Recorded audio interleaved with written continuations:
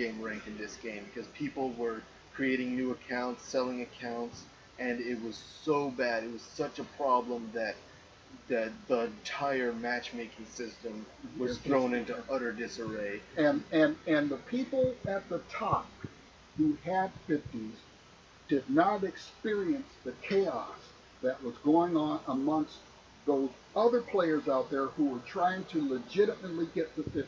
Right. It was nearly impossible.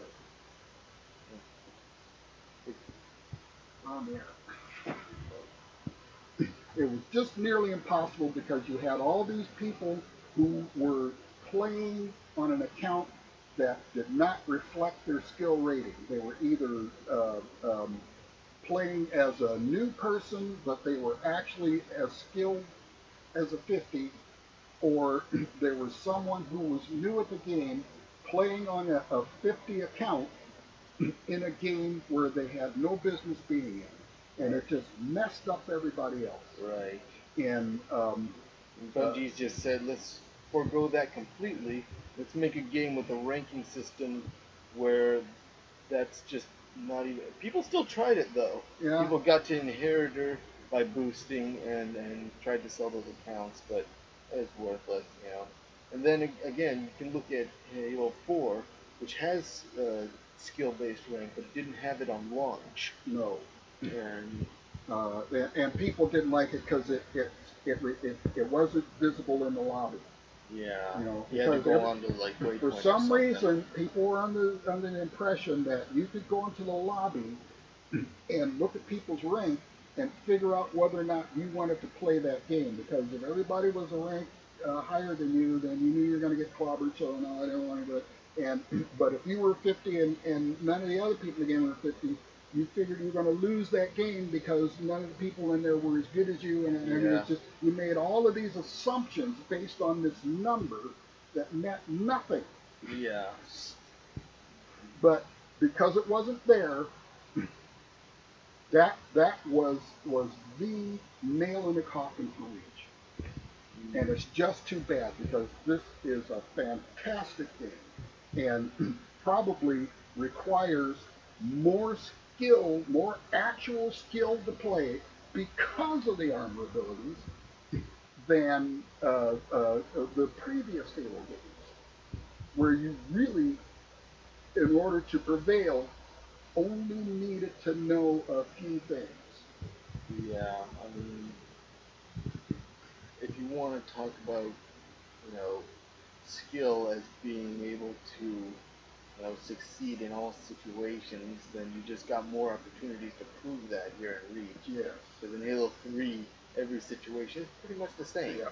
I mean, once you know the maps, once you know where the grenades spawn and shit, then there's not much else left to know. You pretty much, there's learning where the, well, I already said spawns, so yeah, that's about it. Yeah. I mean, in Halo Reach, you've got so much more to consider. I mean, you don't know if this guy's gonna, start flying away or start spitting away or turn They hate invisible. that. I don't know what he's got, Yeah. so I can't prepare for it. Well, I mean, that would be the point. Yeah. I mean, warfare is a lot about preparation, but really, there's telltale signs for all the armor abilities, and uh, being uh, being prepared is really, that's a matter for yourself. I mean, you can no matter what you can't cause an opponent to be vulnerable. Okay, you have to wait for them to make that mistake. And all you can do to be prepared is to know the ins and outs of all the armor abilities and wait for the telltale mistakes. I mean, if you can do that, then you can always win. But if you refuse to do the necessary research, by which I mean, just complete the campaign. Do some Spartan Ops. Do some custom games. firefight. Firefight. Well, for Reach, but not in. Well, I mean, yeah. for at the time you could have. But there's Twitch. You can watch other people play. You can go online and learn stuff. You can get a strategy guide. Being prepared. You know, they're saying that the enemy has to. You know, uh, well, they're saying that because the enemy doesn't have all the same stuff you do, that it's possible to be prepared against them. But if you want to be completely prepared, I mean, you're either completely prepared or you're not completely prepared. If you're not in a situation where which of course, I mean, obviously, since it's a video game, you wouldn't want to make a situation artificially where one side can be completely prepared against all situations. That's really where the factor of teamwork comes into it. Communication. I mean, if you're just going in as a random every single time, by which I mean going in by yourself without having a team to back you up, then it's going to be a real issue what the enemy has and what they don't have, and whether or not you're going to be able to compensate. But you've got teammates, you know, I mean, just the addition of one person who can communicate with you, that opens up the sandbox exponentially. I mean, think of everything that you can accomplish by yourself. Imagine if there were two of you. Yeah. You know, I mean, if there's two of you against one, you always will win. I'm sorry. I mean, that's how you be prepared. It doesn't matter what the enemies. If they've got a jetpack and you've got two people shooting at him, it doesn't matter. It doesn't matter what he's got. Teamwork is the only answer. I'm sorry. If the only reason to complain about any of this stuff is because you're flat out not willing to get help, or to help other people, you know. Personally, I think, when I'm playing these games, when I'm playing Halo, I don't try to get killed. I try to get assists. I mean, try to get assists. That's hard. Trying to get a kill, that's easy. But try to assist a teammate that you can't talk to. Someone that you don't know, you've never met. You have no idea what they're thinking, what they're planning. But just try to help that. Try it sometime. It's hard. It's hard. If you're just out there getting kills, you only have to worry about yourself. And you don't have to worry about what your team's doing. You just have to know Which that happens sniper. a lot in multiplayer. Yeah. Okay, I'm just going to put that out there. Yeah, that does happen a lot. Most people, they consider themselves good Halo players because, they pick up the sniper rifle a lot, or they pick up the rocket launchers a lot, and they get a lot of kills. But, I've seen that happen where people get the most kills in a game, but their team still loses. Yeah.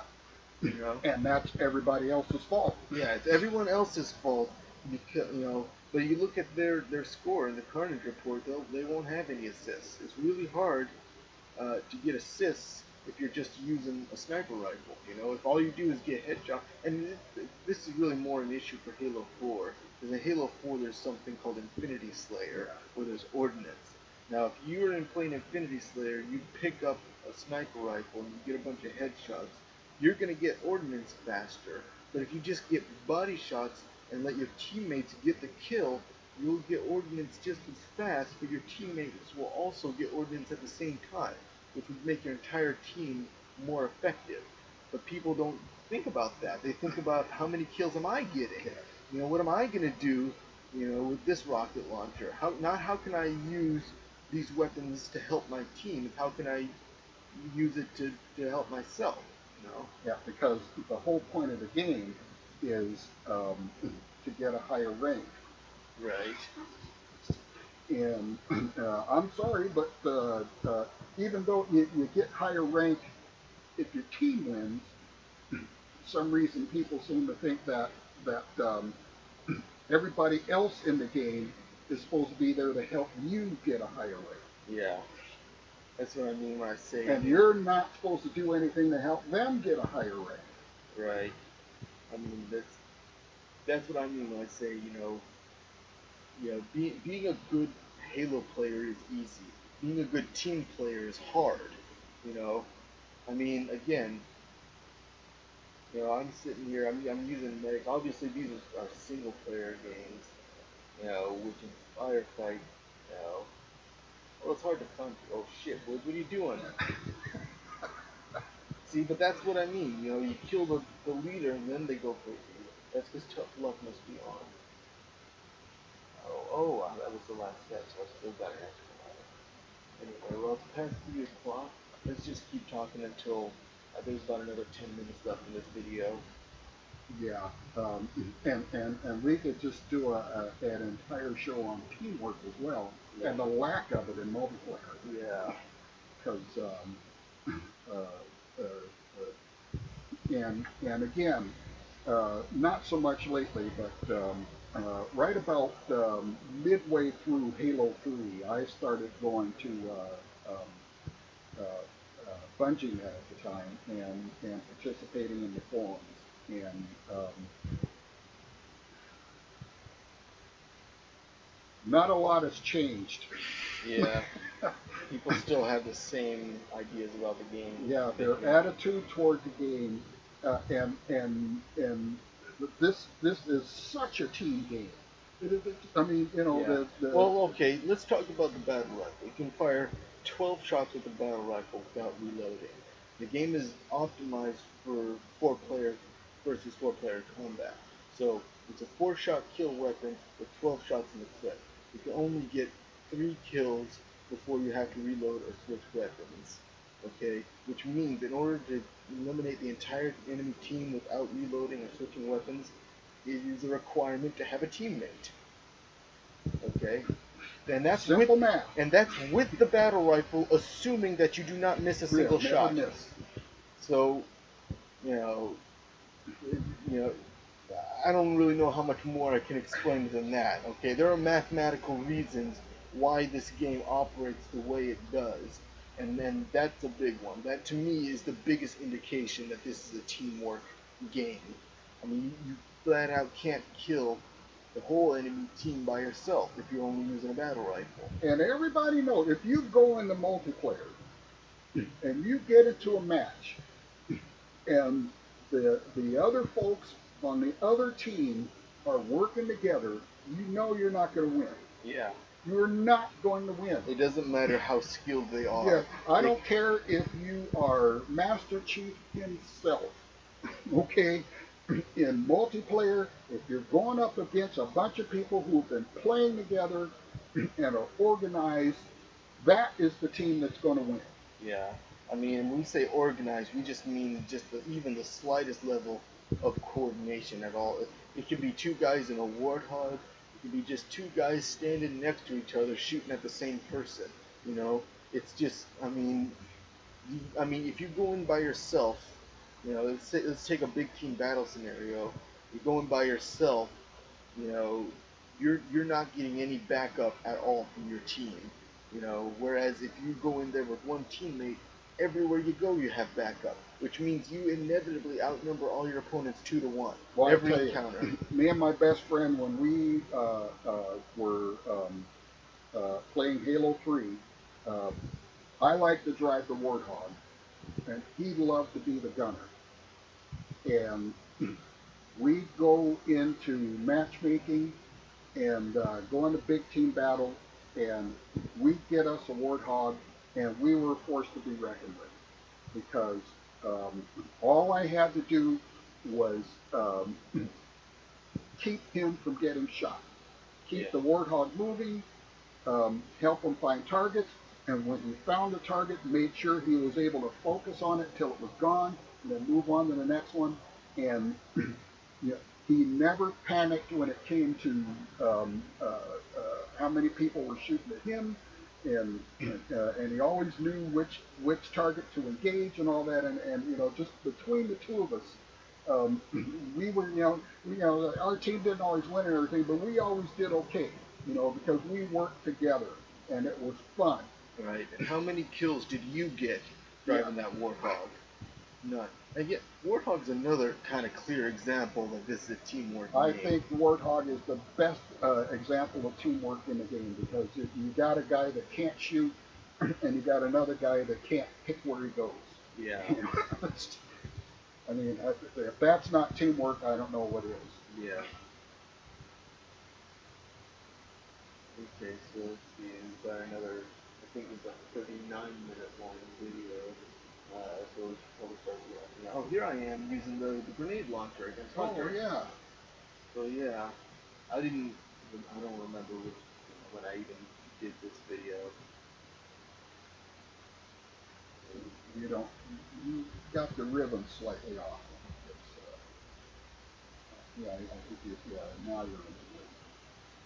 Yeah, there's a rhythm that grenade launcher is my favorite weapon because when I was in the army, um, every company they designate two people to carry the M6 or M60, yeah, the big machine gun, the 50 caliber machine gun. And then there were two people in the company that were designated to carry what is called the M203 grenade launcher, which is that big pipe that you attach to your M16. If you ever saw that movie, uh, uh, Say Hello to My Little Friend. Scarface. Scarface, yeah. That big tube that's on there, that's an attachment to the M16. And it's a grenade launcher. And I found out in basic training that I had kind of a knack for it. And when I got to my company up here at Fort Wainwright, then they were saying, okay, we need somebody to carry one of these. My hand went up. Um, Basically because um, if it so happened that we were going to go into actual combat, you know, where people were going to be shooting at us, I didn't want to just shoot back. Okay? Yeah. So, yeah, I really like that grenade launcher, and I miss it. I miss it so, and the sticky deck just doesn't get it. Yeah, the sticky detonator does not have an EMP function. None of the UNSC weapons. It's the only UNSC weapon to have an EMP function. Armor Lock also has that, but it's not a weapon. Yeah. And again, Well, now we could talk about using our major weapon, but it's not, yeah. well, it's in our yeah. Anyway, you know, so back in Halo 4, all you got again is plasma pistol for EMPs. Yeah. And the sticky deck, I don't have very much experience with it, but it's called sticky deck because they don't bounce. No, they do not bounce. And they magnetize, and they whatever it is you hit for them, they stay there. The little radar that you get on it, I think, works better than this thing does.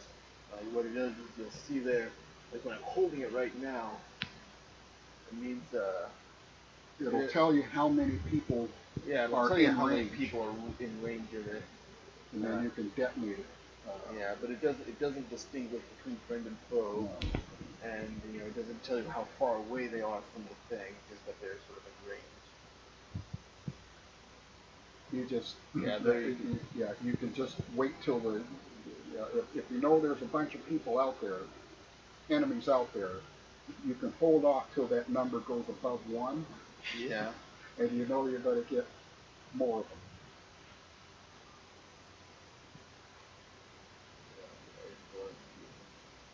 But yeah, well, I love that, and when you use, there's a rhythm to it, and all the guns have rhythms. well, yeah, Cadences. yeah, and you know, you can shoot, you can send that grenade over obstacles and bounce it off walls and yeah, well, I mean, it works just like a grenade. Yeah. You've got all kinds of options, and you know you can bring down like a Banshee, for example, without destroying it, which is always better. You know, it's always better to keep something intact than to destroy it, in my opinion. And it also says that in the Art of War, which I have read. I'm reading for the 6th time now. It's not really pertinent to this conversation. I'll probably do another broadcast on talking about the Art of War. but trust me, it will come up.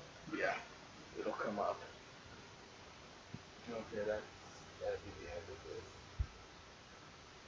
Okay, so I think we can go ahead and call that about the end of the broadcast.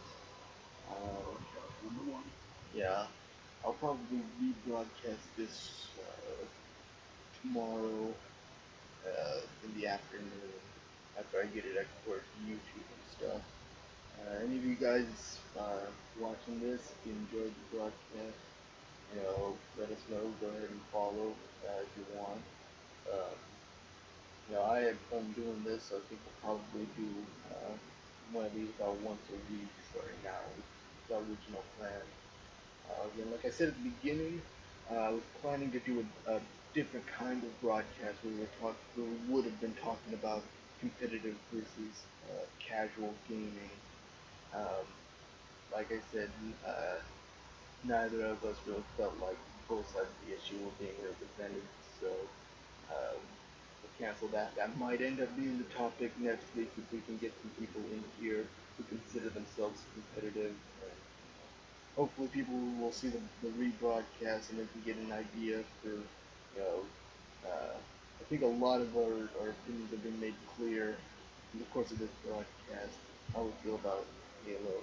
I mean, just you know, I'll speak for myself here, but I personally, I don't have any problems with Halo 4. I like Reach a lot, but Halo 4, it had its problems just like every game does. You know, uh, but I think that from what I've seen in the Halo 5 beta test, I think they finally got their heads on straight at 343, and I have nothing but high hopes for the future of Halo.